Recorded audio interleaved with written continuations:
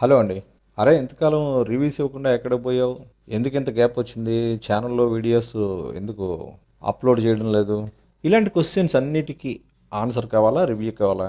బహుశా మీకు రివ్యూయే కావాలి అన్నది మా ఉద్దేశం. కాబట్టి రివ్యూలోకెళ్దాం.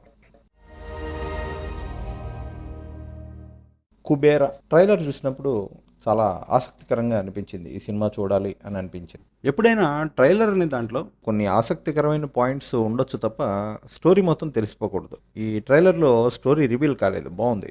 చాలా ఇంట్రెస్టింగ్‌గా అనిపించింది. వెళ్ళాలి, చూడాలి. ఏంటి ఈ కాంబినేషన్ ఏంటి? ఈ సీన్స్ ఏంటి? అని ఒక ఇంట్రెస్ట్ క్రియేట్ చేసింది ట్రైలర్. సరే ఇంకేం ఊహిస్తాం? 'కుబేర' కు అంటే సంస్కృతంలో చెడ్డ వాటికి వాడుతుంటాం. 'కుబేర' అంటే ఏదైనా చెడ్డ బేరమేమో, ఏదైనా బ్యాడ్ డీల్‌కి సంబంధించిన విషయం అని చెప్పి ఏదో ఓ పిచ్చి నిర్వచనం ఇచ్చుకున్నాం అనుకోండి.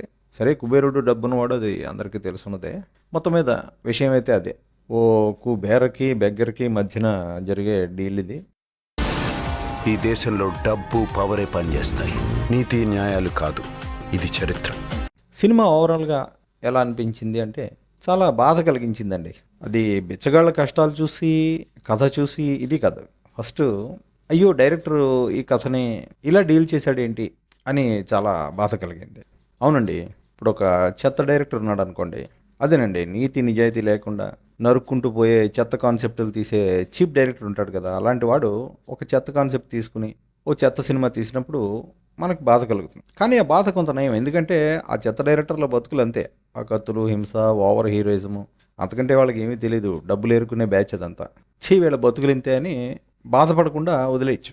కానీ ఒక మంచి డైరెక్టర్, శేఖర్ కమ్ముల్ లాంటి ఒక మంచి డైరెక్టర్, పద్ధతి, సంస్కారం, నైతికత ఇవన్నీ ఉండే డైరెక్టర్ ఒక మంచి కాన్సెప్ట్‌ని సెలెక్ట్ చేసుకొని, దాన్ని బాగా కన్సీవ్ చేయాలని మంచి అటెంప్ట్ చేసి, దానికి పూర్తిగా న్యాయం చేయలేనప్పుడు చాలా బాధ కలుగుతుంది. అరెరే! ఇది గొప్ప సబ్జెక్ట్ టచ్ చేశాడు కానీ పూర్తి న్యాయం చేయలేదే అని బాధ కలుగుతుంది. ఈ సినిమా నాకేంటి అని అనుకుంటే 'కుబేరా' ఐ థింక్ ఇదొక ఇంకొంచెం జాగ్రత్త పడుంటే ఒక బ్లాక్ బస్టర్ అయ్యేది ఇది అనిపిస్తుంది. ఇంతటి మంచి డైరెక్టర్ కూడా కొన్ని చీప్ నోషన్స్‌లో పడిపోయి ఈ సినిమాని యావరేజ్ లెవెల్‌కి తీసుకొచ్చేసాడే అని ఖచ్చితంగా బాధ కలుగుతుంది. అలాంటి బాధ కలిగించిన సినిమా 'కుబేర'. అదేంటి సినిమా బావుంది కదా! అద్భుతం అంటున్నారు కదా! మీరేంటి ఇలా అంటున్నారా? సరే మీకలా అద్భుతం అని చెప్పేవాడే కావాలంటే మా తెలుగువాడు టీవీ ఛానల్‌కి రావడం ఎందుకు? ఇప్పుడే వీడియో క్లోజ్ చేసి అలాంటి ఛానల్స్ చాలా ఉన్నాయి అక్కడికి వెళ్ళిపోండి. మొహమాటం లేకుండా కరెక్ట్‌గా స్కాన్ చేసి ఇచ్చే రివ్యూ కావాలంటేనే ఇక్కడ ఉండండి. దాంట్లో మొహమాటం ఎందుకు? బిగారోడ్కి అడ్రస్ ఏముంటుంది? అసలు ఎలా పట్టుకుంటావు వాడిని? ఒక ముస్టూడు ఇప్పుడు గవర్నమెంట్ని రిస్కులో పడేశాడు. సరే రివ్యూలోకి వద్దాం. సింపుల్‌గా చెప్పాలంటే ఇది బిలినీర్ వర్సెస్ బెచ్చగాళ్ళు. అది స్టోరీ లైన్. బిలినీర్ వర్సెస్ బెచ్చగాళ్ళు వయా బ్యూరోక్రాట్ అని అనుకోవచ్చేమో. బిలియన్స్, బిజినెస్, బినామీస్, బెచ్చగాళ్ళు, బిగ్ డీల్స్. ఇంకా అంతకంటే డీప్‌గా వెళితే మొత్తం స్టోరీ చెప్పాల్సి ఉంటుంది. మొత్తం మీద ఈ స్టోరీలో థ్రిల్ ఉంది, వయలెన్స్ ఉంది, టెన్షన్ ఉంది. ఎలిమెంట్స్ అన్నీ బాగానే ఉన్నాయి. కానీ జస్టిఫికేషన్ బాగోలేదు. కానీ సినిమా బాగుంది, అద్భుతం ఇలాంటి కామెంట్స్ రావడానికి సింపుల్ రీజన్ ఏంటంటే 3 గంటలు దాటి ఉన్న సినిమాలో జనాన్ని పక్కకు కదలకుండా కూర్చోబెట్టడం. కదలకుండా కూర్చోబెట్టడమే గొప్ప అనుకుంటే ఇది నిజంగా గొప్ప సినిమా. మెచ్చుకోవాలి. జాలిపట్టం బాగుంటుంది కానీ అది మెల్లగా మిమ్మల్ని చంపేస్తుంది. ముందుగా యాక్టర్స్ గురించి మాట్లాడుకుంటే బెచ్చగాడిగా ధనుష్ అదరగొట్టాడు అంటున్నారు కానీ ఫస్ట్ మార్కులు అయితే రష్మికకి పడతాయి అనిపిస్తుంది. ఎందుకంటే ధనుష్ పాత్రకి వెయిటేజ్ ఎక్కువ. మొత్తం కెమెరా అంతా అతని చుట్టూనే తిరుగుతుంది. కాబట్టి అతను పెర్ఫామ్ చేయడం పెద్ద ఆశ్చర్యం కాదు. నిజంగానే మంచి నటుడు. ఆ ఫోకస్ కూడా అతని మీదే ఉంటుంది కాబట్టి తనలో ఉన్న నటనని చూపించడం మరీ గొప్ప విషయం ఏం కాదని మాకు అనిపించింది. కానీ రష్మిక క్యారెక్టర్ నిజానికి అది మెయిన్ స్టోరీతో ఏమాత్రం సంబంధం లేని క్యారెక్టర్. జస్ట్ అలా లింక్ అయ్యి వచ్చి పోతుంటుంది తప్ప ఆమె లేకపోతే కథ నడవదేమో అన్నంత లేదు. కానీ ఆ క్యారెక్టర్ని అద్భుతంగా చేసింది రష్మి. పైకి ఏదో తింగరగా కనిపిస్తుంది, ఓవర్ యాక్షన్ చేస్తున్నట్టు, స్టేజ్ మీద ఆ వెర్రి నవ్వులు అవన్నీ కొంత చిరాకు తెప్పిస్తాయి. కానీ స్క్రీన్ మీదకి వచ్చేసరికి మాత్రం చాలా పెర్ఫెక్ట్గా చేస్తుంది రష్మి. బహుశా అందువల్లే ఆమెకి ఈ లెవెల్ వచ్చిందేమో స్టార్గా. నీ చావు నువ్వు చావు, నా చావు నేను చేస్తా. చచ్చిపోవద్దు మేడం, బతికేం చేయాలి? బతుకు కోసమే బతుకు. సరే ధనుష్ గురించి పెద్దగా మెచ్చుకోకపోవడానికి కారణం ఏంటంటే అతను ఆల్రెడీ ఒక మంచి నటుడుగా ఎస్టాబ్లిష్డ్, తన స్థాయి నిలుపుకున్నాడు, అందులో డౌట్ లేదు. ఇక నాగార్జున క్యారెక్టర్లో హీరోయిజం లేకపోయినా ఒప్పుకోవడం అదే గొప్ప అని చాలామంది అంటూ ఉంటారు. కానీ మేము అలా అనుకోవట్లేదు. చేతిలో సినిమాలు లేకపోవడం వల్ల ఒప్పుకొని ఉండొచ్చు, శేఖర్ కమ్ములతో చేయాలని ఇష్టం వల్ల చేశానని చెప్పినా ఈ మధ్య పెద్ద డైరెక్టర్స్తో అసలు ఒక్క సినిమా కూడా చేయకపోవడం వల్ల ఆ గ్యాప్ ఫిల్ చేసుకోవడానికి చేసి ఉండొచ్చు. ఏదేమైనా హీరోయిజం పరంగా చూస్తే నాగార్జునకి తగిన క్యారెక్టర్ కాదు. సరే, ఇందులో హీరోలు ఉండరు, పాత్రలే ఇలా ఉంటాయని చెప్పి ఒక డెఫినేషన్ ఆల్రెడీ ఇచ్చారు కాబట్టి ఒక పాత్రలో ఆయన ఇమిడిపోవడానికి ట్రై చేశాడు. He did well. కాకపోతే ఆ పాత్రని ఇంకా బాగా డీల్ చేయొచ్చు. అదేంటన్నది నేను తర్వాత మాట్లాడతాను. ఈ క్యారెక్టర్లో కొద్ది విలన్ టచ్ కూడా ఉంది. అదిగో మరేదో రేపు లోకేష్ కనకరాజ్ మూవీలోనో ఎందులోనో ఆల్రెడీ విలన్గా చేస్తున్నాడు అని అంటున్నారు కదా, మరి అందుకోసం ఇది ఒక ముందర స్టెప్ లాగా ఉపయోగపడుతుందేమో. మాయాబజార్ సినిమాలో ఎన్టీ రామారావు గారు హీరోనా, ఏఎన్ఆర్ గారు హీరోనా, ఎస్వి రంగారావు గారు హీరోనా, సావిత్రి గారు హీరోనా? కాదు, కేవి రెడ్డి గారు హీరో. Same thing. ఇది Sekhar Kammula Kubera. That's what I call this. ఇక ధనుష్ని సెలెక్ట్ చేసుకోవడం విషయం మీద ఇప్పటికే చాలా కామెంట్స్ వచ్చాయి. ఏదో మనకి హీరోలు తక్కువ అన్నట్టు ఎక్కడో తమిళం నుంచి హీరోలను తెచ్చుకోవడం ఏంటి, మన తెలుగు డైరెక్టర్లు ఈ తమిళ హీరోలకి హిట్లు ఇస్తుంటే ఆ తమిళ డైరెక్టర్లు మన వాళ్ళకి ఫ్లాప్లు ఇస్తున్నారని ఈ మధ్య ఒక కంపారిజన్ మొదలైంది. ఇప్పుడు శంకర్ రామ్ చరణ్కి గేమ్ చేంజర్ ఇస్తే మన తెలుగు డైరెక్టర్లేమో ఈ ధనుష్కి, దుల్కర్ సల్మాన్కి, ఇంకా తమిళమనే కాదు ఇతర భాషా హీరోలకి మనం హిట్స్ ఇస్తూ వస్తున్నాం. ఇదేదో తప్పు అన్నట్టు కొంతమంది కామెంట్స్ చేస్తున్నారు. కానీ ఇప్పుడు మన వాళ్ళు, మన తెలుగు డైరెక్టర్లు, తెలుగు ప్రేక్షకులకి ఉన్న ఔదార్యం ఎప్పుడు అదే. మనం పక్క వాళ్ళని మన తెలుగు వాళ్ళకంటే కూడా ఎక్కువగా ఇష్టపడతాం. మనం మన వాళ్ళని సొంతం చేసుకుంటాం. ఆ ఔదార్యం లేదు కాబట్టే ఈరోజు తమిళ ఫీల్డ్ అలాగ అయిపోయింది అనిపిస్తుంది. ఇంతకాలం మనం అంత ఔదార్యంతో ఇతర భాషా హీరోల్ని మన వాళ్ళలాగా మనం గౌరవించాం కాబట్టే ఈరోజు మన తెలుగు వాళ్ళకి ఒక గుర్తింపు వస్తుంది. మన డైరెక్టర్లు ఏ భాషా హీరోలతో తీసినా హిట్లు వస్తున్నాయి అని మాకు అనిపిస్తుంది. ఇప్పుడు మనం మన తెలుగు వాళ్ళకి సహజం కాని పద్ధతిలో సంకుచితంగా మాట్లాడడం ఏంటి? వాళ్ళు మనకి హిట్లు ఇవ్వకపోయినా మన వాళ్ళకి హిట్లు ఇద్దాం, అది మన కెపాసిటీ, దానికి సంతోషించాలి కానీ ఏడవకూడదు. ఈ సంకుచితత్వం ఎప్పుడు తెలుగు వాళ్ళకి ఉండదు. కొంతమంది ఈ మధ్య తెలుగు వాళ్ళని చెప్పుకుంటూనే తెలుగు వాళ్ళకి సహజం కాని విషయాలని తెలుగు వాళ్ళలో ప్రవేశపెట్టడానికి ట్రై చేస్తున్నారు. దీని మీద ఒక కన్నేసి ఉంచాలి. అమ్మా అమ్మా అమ్మా అమ్మా, ఎందుకు నా ఎంట పడుతున్నావు? మీరు తప్ప నాకెవరు తెలీదు మేడం. సరే, ఇంతకీ ధనుష్ని ఎందుకు సెలెక్ట్ చేసుకున్నారు అంటే మన తెలుగులో హీరోలు తక్కువే కాదు, మన హీరోలకి ఆత్మగౌరవం ఎక్కువ. ఏదో సినిమాకి టికెట్ రేట్లు పెంచమని గవర్నమెంట్ దగ్గరికి పోయి అడుక్కుంటారా అంటే అడుక్కుంటారు, కానీ అడుక్కునేవాడి వేషం వేయమంటే మాత్రం మన వాళ్ళకి కాస్త ఆ ఇమేజ్ అడ్డం వస్తుంది. కాబట్టి ముస్టోడ్ క్యారెక్టర్ చేయండి అంటే తెలుగులో ఏ హీరో కూడా చేయడు. అందుకనే శేఖర్ కమ్ముల గారు చాలా తెలివిగా ధనుష్ని సెలెక్ట్ చేసుకున్నాడు అని అంటున్నారు అనుకోండి. ఈ ప్రపంచం మొత్తం వాళ్ళది కాదు మేడం, నా ప్రపంచం కూడా ఇక్కడే ఉంది. అక్కడ డబ్బులు, పోలీసులు, మీరు చెప్పినవి ఏవి ఉండవు. సరే, సినిమాలో ప్లస్ పాయింట్స్ మాటకొస్తే ఇందాక అనుకున్నట్టుగా కంటిన్యూస్గా 3 గంటల పాటు ఎక్కడ బోర్ కొట్టకుండా సీరియస్గా సినిమాని చూసేలా చేయడం ఈ సినిమాలో గొప్పతనం. కేవలం అది మాత్రమే గొప్ప అనుకుంటే ఈ సినిమా గొప్ప సినిమా. సినిమాలో 2 సీన్స్ మాత్రం నిజంగా చిల్లుమనిపించేలా తీశాడు. మొదటిది ధనుష్ ఫస్ట్ స్క్రీన్ మీద కనిపించే సీను, ఆ తిరుపతిలో సీన్. ఆ ఎడిటింగ్ చాలా బాగుంది. ఇక రెండోది ఆ పోయిరా పోయిరా మామ పాట. నిజంగా అదేదో సరదాగా డ్యాన్స్ చేస్తున్నట్టు ఉంటుంది, కానీ చాలా డెప్త్ ఉన్న పాట అది. నిజంగా మనిషి అనేవాడికి కళ్ళమంటి నీళ్ళు వస్తాయి ఆ పాట చూసిన ఖచ్చితంగా. మొత్తం మీద ఒక కాంప్లెక్స్ స్టోరీని కష్టపడి రాసుకుని కరెక్ట్గా కన్సీవ్ చేసి జనం ముందుకు తీసుకొచ్చాడు శేఖర్ కమ్ముల.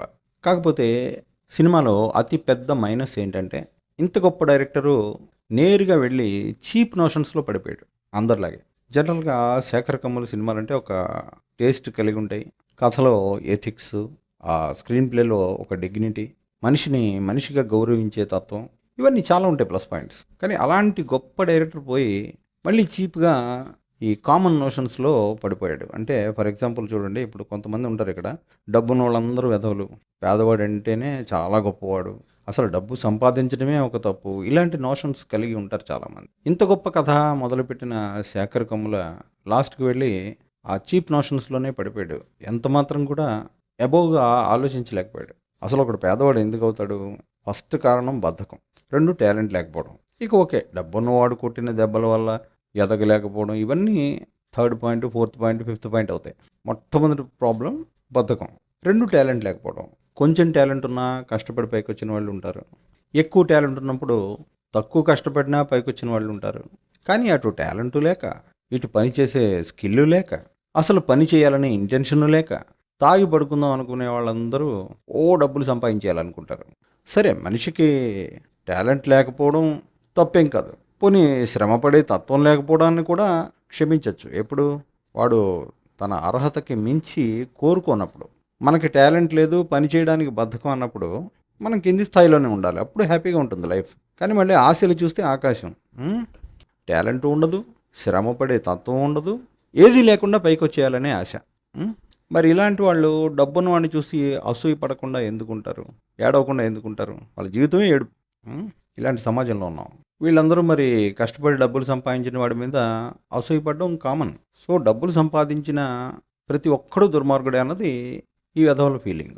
సో డబ్బును వాడిని దుర్మార్గుడిగా చూపిస్తే ఆటోమేటిక్గా జనం అట్రాక్ట్ అవుతారు అలాంటి స్టోరీలకి. ఇవన్నీ కూడా మనలో ఎప్పటి నుంచో పాతుకుపోయిన విషయాలు. ఒక టాలెంట్ ఉన్నవాడు, కష్టపడే తత్వం ఉన్నవాడు డబ్బులు సంపాదించేసి ఈ బద్దగస్తులకి అందరికీ బాగా పంచిపెట్టేస్తూ ఉంటే వాడు దేవుడు. వీళ్ళు మాత్రం ఏం కష్టపడకుండా, టాలెంట్ పెంచుకోకుండా, స్కిల్స్ పెంచుకోకుండా, ఏ పని చేయకుండా ఎవడో ఫ్రీగా ఇచ్చిన డబ్బులు తీసుకుంటూ వాడికి జైలు కొడుతుంటారు. ఇది మన సమాజం తాలూకు నెట్వర్క్ ఎలా ఉంది ఇప్పుడు. ఇలాంటి చీప్ మైండ్ సెట్ ఉన్న వాళ్ళని ఎక్స్‌ప్లాయిట్ చేయడం చాలా ఈజీ. ఇదిగో ఇలాంటి కథలు ఖచ్చితంగా చాలామందికి నచ్చుతాయి. శేఖర్ కమ్ముల అంతటి గొప్ప డైరెక్టర్ కూడా మరి ఇలాంటి స్టోరీయే తీసుకున్నాడు. ఒక నార్మల్ మైండ్ సెట్ ఉన్న ఒక అత్యంత సాధారణ వ్యక్తి ఎమోషన్స్ని సాటిస్ఫై చేయాలని ప్రయత్నించాడు. ఆ పేదవాడి చేత డబ్బున్నవాడికి ముష్టి వేయించడం, ఇలాంటివన్నీ ఏంటంటే ఆ కసిలోంచి వచ్చే సాటిస్ఫాక్షన్ అనమాట. సరే, చాలామంది అనొచ్చు, ఇదేంటి డబ్బున్నవాడిని సపోర్ట్ చేస్తారా మీరు? తప్పుడు పనులు చేసేవాడు, ఆ ప్రకృతిని మొత్తం సొంతం చేసేసుకోవాలనే దురాశపరుడు, అలాంటి క్యారెక్టర్ని మీరు సపోర్ట్ చేస్తున్నారంటే ఆ క్యారెక్టర్ని సపోర్ట్ చేయట్లా. ఇప్పుడు అవసరం కోసం పేదవాడు దొంగతనం చేయడం, ఆశ కొద్దీ డబ్బున్నవాడు దొంగతనం చేయడం, రెండు ఒకటి కాదు అని మన ఫీలింగ్. కానీ రెండు దొంగతనాలే. కానీ ఇప్పుడు అవసరం కొద్దీ దొంగతనం చేసేవాడు, ఫ్రీగా డబ్బున్నవాడి డబ్బులు కొట్టేయాలనుకునేవాడు, ఈ పేదవాడు డబ్బున్నవాడైతే రేపు అంతకంటే దుర్మార్గంగా ఉంటాడు, అందులో డౌటే లేదు. కాబట్టి పేదవాడు కేవలం పేదవాడు అని వాడి మీద జాలిపడ్డం అన్నది అమాయకత్వం. వాడి క్యారెక్టర్ ఏంటి అన్నది చూడాలి. ఆ రియల్ క్యారెక్టర్ ఏంటి అన్నది డబ్బు వచ్చినప్పుడు బయటపడుతుంది. డబ్బు రానప్పుడు చాలామంది మంచిగానే ఉంటారు. ఎందుకంటే వాడికి చెడు చేయడానికి అవకాశమే లేదు కదా. ఎలా తెలుస్తుంది వాడు మంచివాడో చెడ్డవాడో? సో మొత్తం మీద డబ్బున్నవాడు దుర్మార్గుడు, పేదవాడు చాలా మహాత్ములని నమ్మించడం ఎప్పుడు ఈజీ ఒక స్టోరీలో. సో ఇంత గొప్ప శేఖర్ కమ్ముల వెళ్ళి మళ్ళీ అదే లైన్ని నమ్ముకున్నాడు. ఇది చీప్ మైండ్ సెట్ అని మేము ఎందుకంటామంటే, ఇప్పుడు ఫర్ ఎగ్జాంపుల్ ఈ సినిమా చివరిలో చూడండి, ఆ పిల్లోడి పేరు కుబేరా అని చెప్పి ఆ పేరు పెట్టి వాడు 10,000 కోట్లకు ఆస్తిపరుడు అంటాడు. ఇప్పుడు అదంతా పాపిస్ట్ సొమ్ము. యాక్చువల్గా ఈ జనాన్ని ఆ జనాన్ని కొట్టేసి ఆ మిలినియర్ సంపాదించిన సొమ్ము. మళ్ళీ అది తీసుకుని ఈ పిల్లోడికి ఇచ్చడానికి సిగ్గులేదు. ఇప్పుడు అది వీళ్ళు తీసేసుకోవచ్చు, పేదవాడు తీసేసుకోవచ్చట. ఇప్పుడు నీతి అన్నప్పుడు నీతిగా ఉండాలి. అది నువ్వెవడు తీసుకోవడానికి? పేదవాడైతే తీసేసుకోవచ్చా? అది కూడా అందరి సొమ్మే కదా. సో ఏంటంటే ఇక్కడ మనం ఆలోచించాల్సింది ఈ డబ్బున్న వాడి పట్ల పేదవాడికి ఉండే అసూయ, ద్వేషం, వీటన్నిటిని ఎక్స్‌ప్లాయిట్ చేయడమే ఈ సినిమాలో డైరెక్టర్ ఫైనల్గా చేసిన పని. అఫ్కోర్స్ అది శేఖర్ కమ్ముల ఇంటెన్షనల్గా చేశాడు అనట్లేదు, కానీ ఎప్పటి నుంచో మైండ్లో అలాంటి నోషన్స్ ఉండిపోయాయి. సహజంగా ఒక బ్రాటప్లో వచ్చినప్పుడు అలా ఉండిపోతుంటాయి మైండ్లో. అందుకే అనిపించింది మాకు, అయ్యో ఇంత గొప్ప డైరెక్టర్ అనుకున్న ఇతను కూడా ఈ చీప్ నోషన్స్లోనే పడిపోయాడే, అక్కడే ఉండిపోయాడే అని. కోట్లు కోట్లు కోట్లు అంటే ఎంత సార్?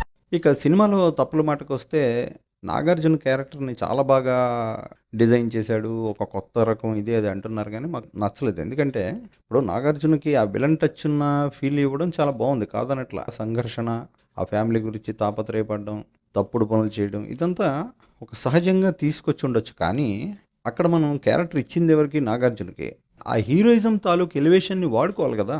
మరి ఏదో అన్ని బదులు కొట్టేసి అద్భుతాలు చేసేసినట్టు చూపించమని మనం కూడా అనట్లేదు. ఫర్ ఎగ్జాంపుల్ ఆ విలను ఈ నాగార్జున్ని ఫస్ట్ ఎందుకు వాడుకుందాం అనుకున్నాడు? ఇతను గొప్ప ఆఫీసరు, చాలా తెలివైనవాడనే కదా. సరే, విలన్కి హెల్ప్ చేసినప్పుడు ఈ నాగార్జున గారి తెలివితేటలు అతనికి ఉపయోగపడ్డాయి. మరి తీరా ఇటు వచ్చిన తర్వాత ఆ తెలివితేటలన్నీ ఏమైపోయాయి? కాకెత్తుకుపోయిందా? ఇప్పుడు ఏదో ఆ ప్రూఫ్లు, ఆ రికార్డులు అన్నీ అప్పచెప్పేసి ఓ దిక్కుమాలినోళ్ళ చచ్చిపోతాడా? ఏది హీరోయిజం? ఆ తెలివితేటలేవి అక్కడ. మనం అనేది ఏదో విలన్స్ని గారిలోకి ఎగరగొట్టే హీరోయిజం కాదు. అట్లీస్ట్ ఆ క్యారెక్టర్కి వాల్యూ ఉండాలి కదా. అతను ఫలానా ఆఫీసరు, చాలా జీనియస్ అని చెప్పి మనమే చూపించాం ఫస్ట్లో. ఏమైపోయింది ఆ జీనియస్? ఆ తెలివితేటలు ఏమైపోయాయి? వీడి మీద అద్భుతమైన సాక్ష్యాలు సేకరించి అసలు ప్రెషర్ వచ్చేలా చేయొచ్చు, మొత్తం వ్యవస్థనంతటిని ఆ మిలినీర్ మీదకి ఎదురు తిరిగేలాగా ఎలా ప్లాన్ చేశాడు అక్కడ. అలాగేదైనా చేసి ఒక అతని తెలివితేటలు చూపించాలి కదా. అది ఏమీ లేకుండా ఏదో 4 సాక్ష్యాలని ఏదో పోగు చేసి ఓ హార్డ్ డిస్క్ ఓ పెన్ డ్రైవ్ ఇచ్చేసి ఆ గేటు దగ్గర దిక్కుమాలలో చచ్చిపోతాడట. ఈ దేశంలో డబ్బు పవరే పనిచేస్తాయి, నీతి న్యాయాలు కాదు. ఇది చరిత్ర. అందుకనే అనిపిస్తుంది ఈ శేఖర్ కమ్ముల వీళ్ళు ఎంత మంచి డైరెక్టర్స్ అయినా స్టార్స్ని డీల్ చేయడం రాదు, వాళ్ళకున్న ఇమేజ్ని యూజ్ చేసుకోవడము రాదు, ఎదగలేరు, అక్కడే ఉండిపోతారు. మాకు కూడా శేఖర్ కమ్ముల అంటే చాలా ఇష్టం. ఎందుకంటే ఇలాంటి డైరెక్టర్స్ని మనం కాపాడుకోవాలి. వాళ్ళు నిజంగా ఒక నైతికత ఇదన్నీ ఉన్న గొప్ప డైరెక్టర్స్, డిగ్నిఫైడ్ డైరెక్టర్స్, అది కాదనట్లా. కానీ వీళ్ళకి ఈ స్టార్స్ని ఇంకా బాగా ఎలివేట్ చేసుకుని చక్కగా తీసుకోవడం తెలియదు. ఏదో న్యాచురల్గానే తీసేశాను, పాత్రలో ఇమిడిపోయాడు, ఇదే తప్ప వాళ్ళ స్టార్డమ్ను ఉపయోగించుకుని తను చెప్పాల్సిన మంచిని ఇంకా గట్టిగా చెప్పొచ్చు, అది చేయలేకపోతున్నారు వీళ్ళు. అందువల్లే ఒక రేంజ్లో మిగిలిపోతున్నాయి ఇలాంటి సినిమాలన్నీ. ఇంకా మరోపక్క కతులు నరుకుడు బ్యాచ్ వీళ్ళందరూ కూడా అందులో నీతి ఉండదు ఆ సినిమాలో. ఆ హీరోయిజం విపరీతంగా అద్భుతంగా చూపించేసి వాళ్ళు కోట్లు కోట్లు కొట్టేస్తుంటారు, క్రేజ్ సంపాదించేస్తుంటారు, సమాజంలో హింసను పెంచేస్తుంటారు, నీచత్వాన్ని పెంచుతుంటారు. ఇప్పుడు మంచి డైరెక్టర్ సమర్థుడు కాకపోతే చాలా బాధ కలుగుతుంది. ఈ సినిమా చూసినప్పుడు మాకు అనిపించిన విషయం అదే. ఇప్పుడు కరెక్ట్గా నాగార్జున క్యారెక్టర్ని డీల్ చేసి ఉంటే చాలా పెద్ద బ్లాక్ బస్టర్ అయ్యేది. ఆ స్టోరీ ఎత్తుకోవడం కానీ లైన్ కానీ చాలా మంచిది. కానీ చివరికి తుస్సుమని తేల్చేశాడు. ఆ నాగార్జున క్యారెక్టర్ అయితే ఏంటి, క్లైమాక్స్ అయితే ఏంటి, టోటల్గా ఒక అటర్ ఫెయిల్యూర్ ఆ 2 పార్ట్లు. వాళ్ళ మీద చెయ్యడానికి వీల్లేదు. మరో పెద్ద డిస్సాటిస్ఫాక్షన్ ఏంటంటే అక్కడ ఆ స్టోరీని పట్టుకెళ్ళి వెంకటేశ్వర స్వామికి లింక్ చేశాడు, తిరుపతికి లింక్ చేశాడు. ఓకే, చాలా సంతోషం. కుబేరా అన్నాడు. అసలు కుబేరుడు వెంకటేశ్వర స్వామి అనగానే మనకి వెంటనే ఒక పాయింట్ గుర్తు రావాలి. అంత గొప్ప దేవుడైన వెంకటేశ్వర స్వామి పెళ్లి చేసుకోవడానికి డబ్బులు లేక కుబేరుడి దగ్గర అప్పు చేశాడు. అది మన అందరికీ తెలుసున్న స్టోరీ. అంటే దేవుడు కూడా డబ్బున్న వాడికి లొంగిపోయాడు అన్నది కాన్సెప్ట్ అక్కడ. ఆ పాయింట్ని ఎక్కడైనా వాడుకుంటాడేమో అని ఫస్ట్ నుంచి చివరి వరకు అలా చూస్తూనే ఉన్నాను నేను. డబ్బున్నవాడు పగబడితే దేవుడు కూడా ఏం చేయలేడని ఏదైనా కొత్త కోణం చూపిస్తాడా, లేదా దైవికంగా ఏదైనా అద్భుతం జరిగినట్టు, కనీసం నేచర్ రివెంజ్ తీర్చుకున్నట్టు ఏదైనా ఒక స్టోరీలో ఒక అద్భుతం చూపిస్తాడా అని చాలా వెయిట్ చేశాం. దీనికి కారణం కూడా లేకపోలేదు. అక్కడ టచ్ చేశాడు. అది ట్రైలర్లో మనకి ఒక చోట ఆ డైలాగ్ ఉంటుంది, ఈ లోకం అంతా వాళ్ళదే రాజ్యం, ఈ పోలీసులు, ఈ ప్రభుత్వాలు, కోర్టులు అన్నీ వాళ్ళవే అని అంటే, లేదు నా ప్రపంచం కూడా ఇక్కడే ఉంది అని హీరోకి డైలాగ్ ఉంటుంది. ఓహో, అప్పుడు వీడు ఒక స్పిరిచువాలిటీని నమ్ముకున్నట్టో లేకపోతే నేచర్ని నమ్ముకున్నట్టో తీసి దాని ద్వారా ఏదైనా ఒక అద్భుతమైన విషయాన్ని ఎస్టాబ్లిష్ చేస్తాడేమో అని వెయిట్ చేస్తే అది కూడా నీరు గార్చేశాడు శేఖర్ కమ్ముల. డబ్బులు, పోలీసులు, కోట్లు అన్నీ వాళ్ళవే. మనలాంటి వాళ్ళ చేతుల్లో ఏమీ ఉండదు. ఈ ప్రపంచం మొత్తం వాళ్ళదే. ఈ ప్రపంచం మొత్తం వాళ్ళది కాదు మేడం, నా ప్రపంచం కూడా ఇక్కడే ఉంది. అక్కడ డబ్బులు, పోలీసులు, మీరు చెప్పినవి ఏవి ఉండవు.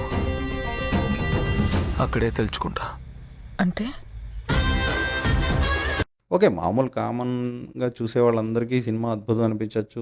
టెన్షన్గా చూపించాడు కదా, 3.5 గంటల పాటు ఆసక్తి సడలిపోకుండా కుర్చీలో కూర్చోబెట్టాడు కదా, అదే చాలు, ఈ మాత్రానికి విమర్శిస్తావేంటి అని అనుకునే వాళ్ళు ఉంటే వదిలేసేయండి, వెళ్ళిపోండి, ఛానల్ వదిలేసి. బట్ ఏంటంటే మాకు అనిపించిన సిన్సియర్ ఫీలింగ్ ఇది. ఇక్కడ చాలామంది అంటుంటారు స్టార్ హీరోలది ఏముందండి, పాత్రలే ముఖ్యం, కథ ముఖ్యం అని. ఈ ఆదర్శాలు చెప్తుంటారు వీళ్ళు. ఇప్పుడు గొప్ప గొప్ప ఆదర్శాలు చెప్పచ్చు, వాటిని సినిమాగా తీయడం కష్టం. ప్రొడ్యూసర్ని ముంచేయడం ఈజీ. ఎందుకంటే మనం గొప్ప ఎథిక్స్ని మనం సినిమాలో చెప్పినప్పుడు దాన్ని సరిగ్గా కన్విన్స్ చేయలేకపోతే ప్రొడ్యూసర్ మునిగిపోతాడు. ప్రొడ్యూసర్ని ముంచేయడం కూడా మంచి ఆదర్శం కాదు కదా. సో మనం ఆదర్శాల జోలికి వెళ్ళినప్పుడు స్టోరీని గ్రాండ్గా డీల్ చేయడం కూడా తెలియాలి. ఆ స్టార్ హీరోలది ఏముందండి, పాత్రలే ముఖ్యం, కథలే ముఖ్యమని ఈ సొల్లు కబుర్లు చెప్పేవాళ్ళు గుర్తుపెట్టుకోవాల్సిన విషయం ఏంటంటే అసలు స్టార్ హీరోలు చేయడం వల్లే ఈ స్టోరీకి ఇంత హైప్ వచ్చింది. లేదంటే ఇది ఒక యావరేజ్ మూవీ, ఇది అలాగే మిగిలిపోయేది. దేవాన్ చూసావా చెప్పు. ఇక అన్నిటికంటే చాలా బాధ కలిగించింది ఏంటంటే క్లైమాక్స్ వరస్ట్ క్లైమాక్స్ అని నా ఫీలింగ్. ఎందుకంటే అంత పెద్ద మిలినీర్ని అలా చంపేస్తే అదే హ్యాపీ ఎండింగ్ లాగా చూపిస్తాడు. అది అర్థం కాని విషయం. అది అసలు అది మోస్ట్ అన్బిలీవబుల్ అండ్ అసలు అన్యాచురల్. ఇక్కడ మనం రాసి పెట్టుకోవాల్సిన విషయం ఏంటంటే అసలు ఇంటికి వెళ్ళే ప్రేక్షకుడిని మనసు కలత చెందకుండా తృప్తితో హాయిగా పంపించడం అన్నది డైరెక్టర్కి తెలియాలి. నువ్వు ఎంతైనా హింస చూపించు, ఏదైనా చేయి, సినిమాలో ఫైనల్గా ఇంటికి వెళ్ళేటప్పుడు ఒక కంప్లీట్నెస్ రావాలి, ప్రేక్షకుడికి ఒక సాటిస్ఫాక్షన్ రావాలి. అలా లేకుండా ఏదో నేను ఇలా తీసా, అలా తీసా, క్లాసిక్గా తీసా, హీరో హీరోయిన్ టచ్ చేయకుండా తీసా, ఇవన్నీ గొప్పవే. కానీ ఆ మెయిన్ సాటిస్ఫాక్షన్ మిస్ అయితే మాత్రం వాళ్ళు ఎప్పటికీ స్టార్ డైరెక్టర్స్ అవ్వలేరు. అందుకనేమో పాపం ఎంత టాలెంట్ ఉన్నా కూడా శేఖర్ కమ్ముల ఆ ఉన్న స్థాయిలోనే ఉండిపోయాడు ఆయన. నిజంగా ఇందులో చూడండి, హీరోకి హీరోయిన్కి రిలేషనే ఉండదు అసలు టచ్ కూడా చేయరు అసలు. పెద్ద ఇంకా రొమాన్స్ లేదు, ప్రేమ లేదు, ఏమీ లేదు సినిమాలో.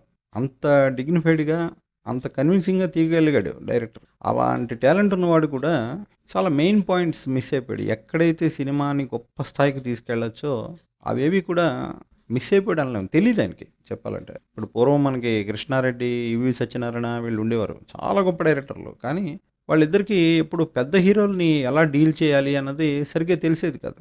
అప్పట్లో చాలా అందరూ అనుకునేవారు అన్నమాట.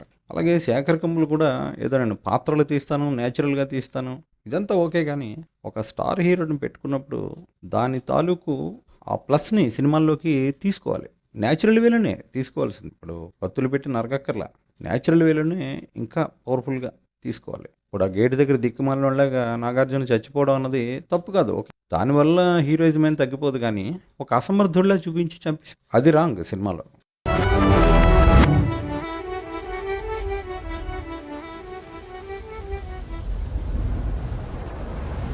ఏదేమైనా మనం శేఖర్ కమ్ముల లాంటి డైరెక్టర్ని మనం కాపాడుకోవాలి.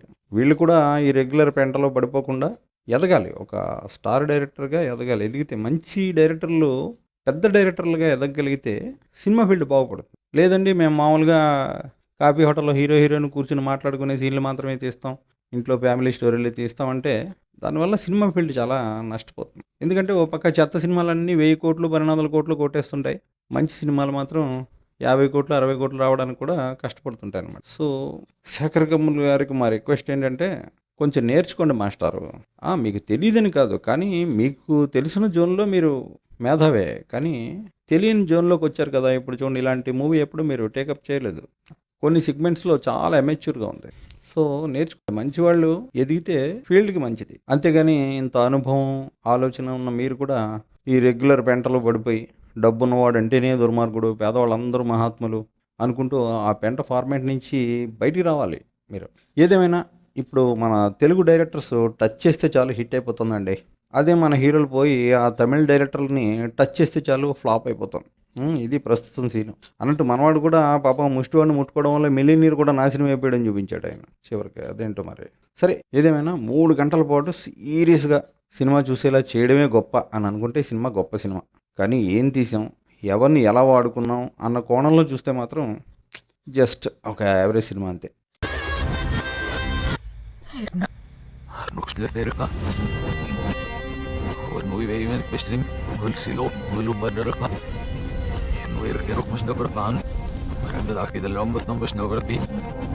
మరిన్ని మంచి వీడియోల కోసం సబ్స్క్రైబ్ చేయండి.